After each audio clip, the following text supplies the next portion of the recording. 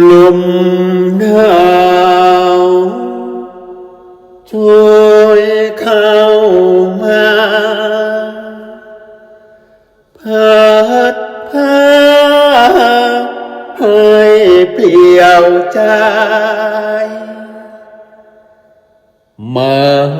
ชามความมองหมายของกายพี่สา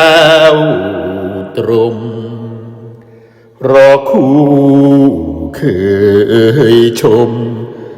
ลอยรับลมรักลมเป็นอื่นหนาวปนทนฝืนคอยรักคืนควันยืนไม่มา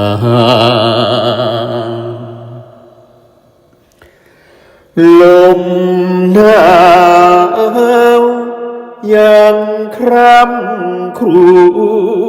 วญเนื้อนวลไม่รำลา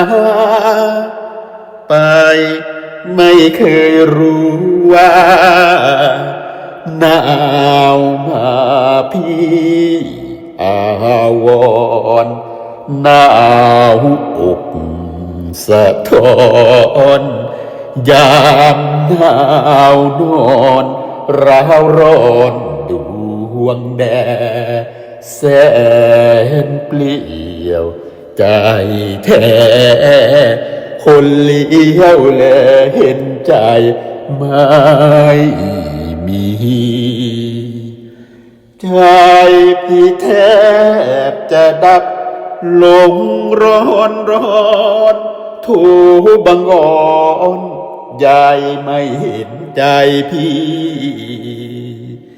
คอยเฝ้าคอยแล้วไงเงียบทีหนา